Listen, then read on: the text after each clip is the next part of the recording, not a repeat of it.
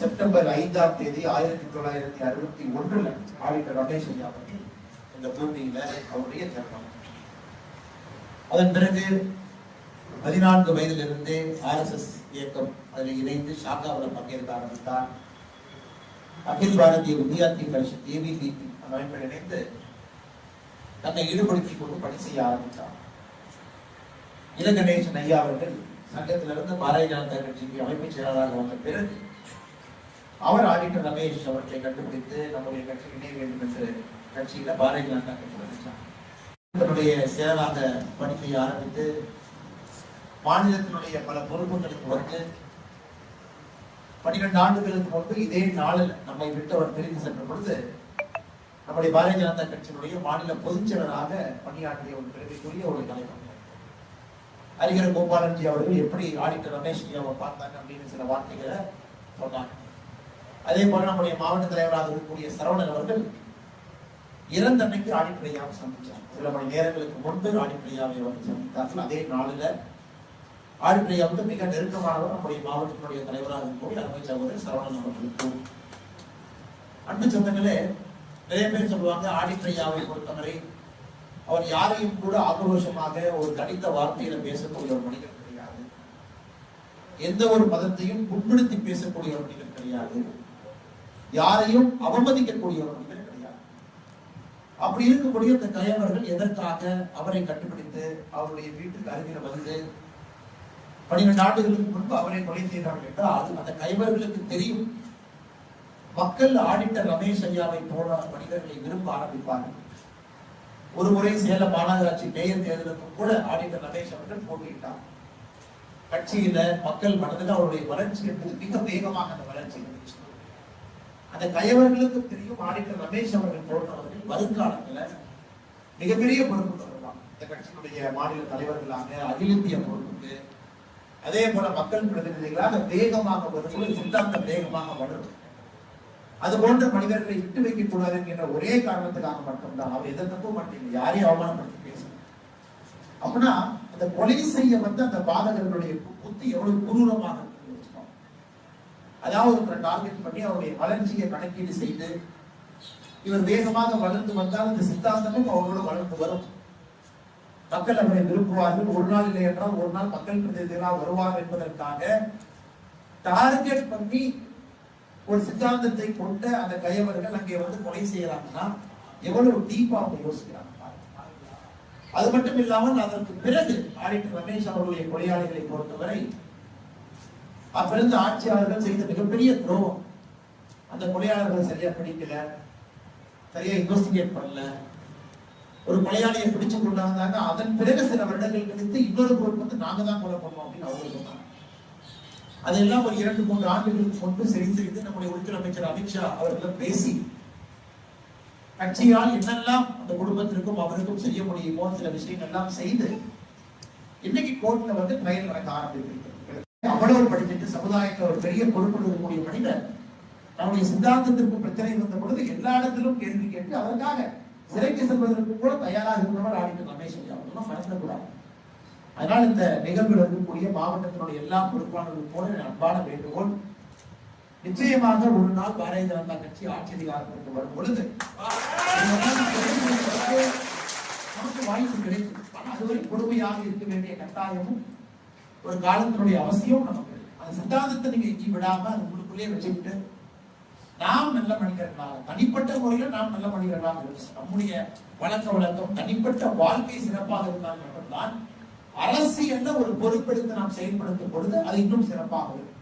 அதை நாம் எல்லாம் புரிஞ்சுக்கிறோம். தொழில் பண்றோம், தொழில் ஒரு நேர்மை, பேசுகின்றோம், பேசுவதிலே ஒரு இனிமை, 4 பேர்த்திட்ட பழகிறோம், பழகிறதுல ஒரு தன்மை. இதையெல்லாம் அடிப்படையில இது போன்ற நிகழ்வுக்கு வரும்போது ஆடிட்டர் ரமேஷ் ஐயா இருந்தாங்க, நானும் இருக்கணும். அவர் இதெல்லாம் கற்றுக் கொடுத்துட்டு போனாங்க. அதுல இருந்து நல்ல விஷயங்கள் நான் எடுக்கிறேன். அப்படியெல்லாம் நாம் வாழும் பொழுது மட்டும்தான் இந்த மனிதனுக்கு உண்மையான அஞ்சலி செலுத்திட்டு அர்த்தம். அதனால் மேடையில் இருக்கக்கூடிய எல்லா அன்பு தலைவர்களுக்கும் கட்சியினுடைய பொறுப்பாளர்களுக்கும் மேடைக்கு முன்புறம் எல்லாமே நின்றுட்டு இருக்கிறீங்க, கஷ்டப்பட்டு இருக்கிறீங்க. இருந்தும் இந்த நிகழ்வுக்கு வர வேண்டும் என்கின்ற உத்வேகத்தோடு வந்திருக்கிறீங்க. வந்திருக்கக்கூடிய எல்லா நிர்வாகிகளுக்கும் நிறைய பெரியவர்கள் வந்திருக்கிறாங்க. மாவட்ட தலைவருடைய அழைப்பை ஏற்று எல்லாம் வந்திருக்கிறாங்க. சங்கத்தினுடைய பெரியவர் வந்திருக்கிறாங்க. அவர்களுக்கும் இந்த நேரத்தில் வந்ததற்காக நன்றியை தெரிவித்துக் கொள்கிறேன். பத்திரிகை வந்திருக்கிறாங்க காலையில, அவர்களுக்கும் என்னுடைய நன்றியை தெரிவித்துக் கொள்கிறேன். ஆனால் நிச்சயமாக உறுதிமொழி என்ன கொடுக்கணும்னா, ஆடிட்டர் ரமேஷ் அவருடைய வழக்கை பொறுத்தவரை பர்சனல் மானிட்டரிங் நடந்துகிட்டு இருக்கு அப்படிங்கிற உறுதிமொழி கொடுக்குறேன். நிறைய தொடர்களுக்கு ஒரு சின்ன கோபம் இன்னும் வேகமா பண்ணிருக்கணும், அப்படி பண்ணிருக்கணும். ஏன்னா சார்ஜ் ஷீட் போடப்பட்டு குற்றவாளிகள் எல்லாம் மாற்றப்பட்டு புதிய குற்றவாளிகள் மறுபடியும் இணைக்கப்பட்டு அது அமித்ஷா அவர்கள் பர்சனலா அவருக்குள்ள அந்த ஃபைல ரிவ்யூ பண்ணி அதன் பிறகு அரசு எப்படி நடத்த வேண்டும் என்கின்ற ஆலோசனை பெற்று பல விஷயங்கள் நடந்திருக்கு. அதையும் தலைவர்களாக உங்களுக்கு இந்த உறுதிமொழி நேரத்தில் கொடுக்கிறோம்.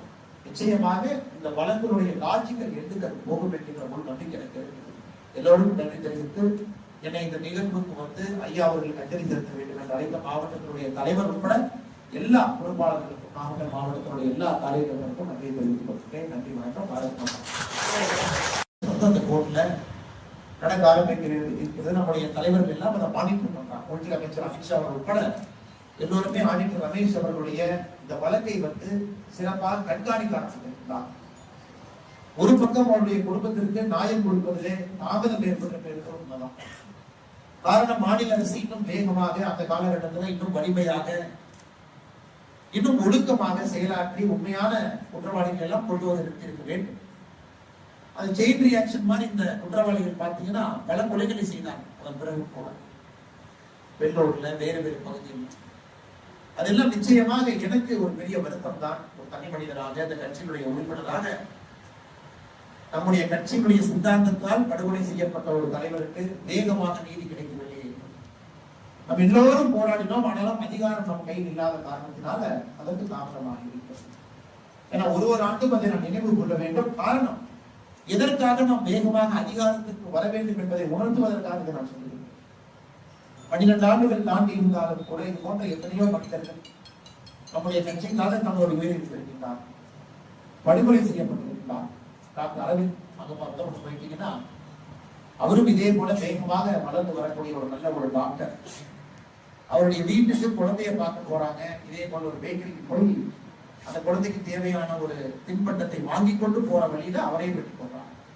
ஆனா இவங்கள தனிப்பட்ட முறையில யாரும் யாருக்கும் தவறு செய்தவர்கள் கிடையாது. தனிப்பட்ட முறையில் அவர்கள் சொன்னது போல மாற்று மத சமூகத்துக்கும் கூட இவரை விரும்பக்கூடியவர். அது போல எத்தனையோ விஷயங்கள் எல்லாம் இந்த பாரதிய ஜனதா கட்சி நாம் பார்த்திருக்கின்றோம், அதை கடந்து வந்திருக்கின்றோம். அவர்கள் எல்லாம் நமக்கு ஒரு உந்து சக்தியாக இந்த கட்சியினுடைய வளர்ச்சிக்கு ஒரு பெரும்பங்காற்று. ஆனால் குறிப்பாக இளைஞர்கள், காரணம் இளைஞர்கள் உள்ள இருக்கிறீங்களோ நீங்க அந்த ஞாபகத்தில் வச்சுக்கணும்.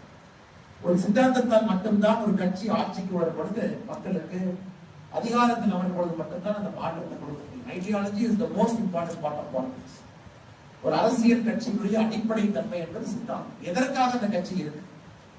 பல கட்சிகள் இருக்க, நாமல் இருக்கின்றோம் என்பதை தாண்டி எதற்காக அந்த கட்சி பூமியில் இருக்கிறது, எதற்காக மக்கள் மன்றத்தில் இருக்கிறது என்பதற்கு ஆடிட்டர் ரமேஷ் அவர்கள் போன்றவர்கள் ஒரு நாளும் தான் நாமும் கட்சி நடத்தணும், நாமளும் ஆட்சிக்கு வருவதற்கு குறுங்குவழிகளை எல்லாம் நாம் கடைபிடித்தோம் என்பதையெல்லாம் தாண்டி ஒரு சித்தாந்த அடிப்படையில ஆடிட்டர் ரமேஷ் அவர்கள் போன்றவர்கள் சித்தாந்தத்திற்காக வேண்டி தெரிவித்தார். ஒரு நாள் நாம் ஆட்சிக்கு வரும் பொழுது சித்தாந்தத்தின் அடிப்படையில தமிழக மக்களுக்கு நல்லது செய்வதற்காக, பாரத மக்களுக்கு நல்லது செய்து கொண்டிருக்கின்றோம் நம்முடைய கட்சியை ஆட்சி அதிகாரத்தில். அதை குறிப்பாக இளையவர்கள் புரிந்து கொள்ள வேண்டும். சித்தாந்தத்திற்காக இந்த கட்சிக்கு நான் வந்திருக்கின்றேன். இந்த கட்சியால் தமிழகத்தில் ஒரு மாற்று அரசியலை கொடுக்க முடியும் என்கிற நம்பிக்கை இது போன்ற ஒரு நிகழ்வுக்கு வரும் பொழுது ஒரு ஆண்டு மையா அவர்களுக்கு நாம் புகழஞ்சலி செலுத்தும் பொழுது அதை உத்வேகமாக இருக்கும். அதுக்காகத்தான் அது நடக்கும். இது 13வது ஆண்டு, அடுத்த ஆண்டு 14, அடுத்த ஆண்டு 15, 50 ஆண்டு கிடக்கும், 100 ஆண்டு கிடக்கும்.